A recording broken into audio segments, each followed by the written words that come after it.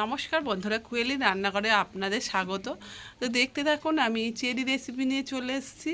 করম চা নিয়েছি, করম চা হাতে করে নিয়ে হালকা করে কেটে নিয়েছি। নিয়ে আমি তো ভালো করে আমি দানাগুলো বের করে নিচ্ছি।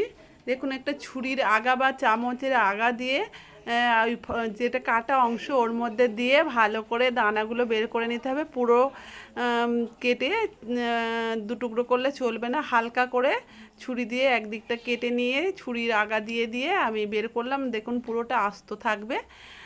তো এইভাবে দানাগুলো বের করে নিতে হবে, যতটা সম্ভব দানা বের করে নিয়েছি আমি।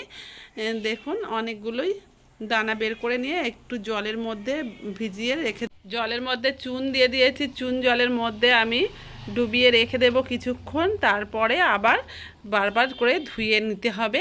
তো চুন জলে কিছুক্ষণ ডুবিয়ে রেখে দিলাম। তো বেশ কিছুক্ষণ পরে চুন জল থেকে আমি তুলে নেব। দেখুন, কেউ একটা হালকা রং মতো উঠেছে দেখুন।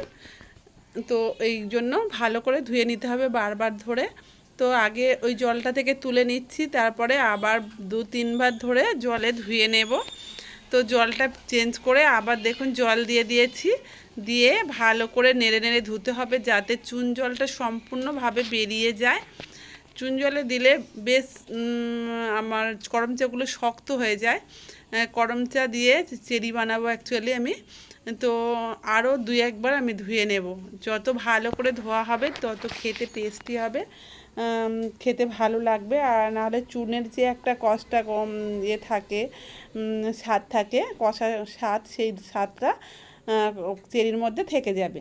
তার জন্য ভালো করে ধুয়ে নিতে হচ্ছে। আমি বারবার ধুয়ে নিচ্ছি। দেখুন, জলটা আগে থেকে পরিষ্কার হয়ে গেছে আর দানাগুলো অনেক বেরিয়ে গেছে জলে ডুবিয়ে রাখার মধ্যে। এখন হালকা হালকা 2-1টা দানা বেরিয়ে আসছে। তো সব ধোয়া আমার কমপ্লিট হয়ে গেছে। আমি ওভেনে একটা কড়া বসিয়ে দিয়েছি, দিয়ে 1/2 কাপের মতো জল দিয়ে দিলাম। দেখুন, জল দিয়েছি 1/2 কাপ।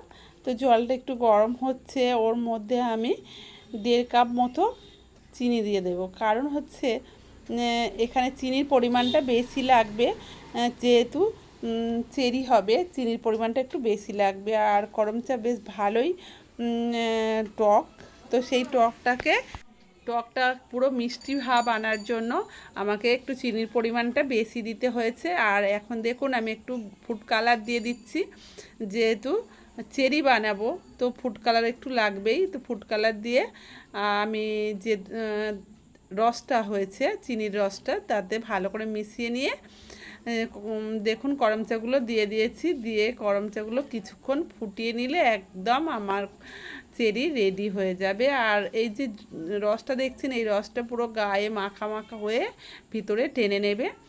তো সেই জন্য একটু অপেক্ষা করছি। রসটা আরও একটু কম হলে ভালো হতো, আমার রসটা একটু বেশি পরিমাণে হয়ে গেছে।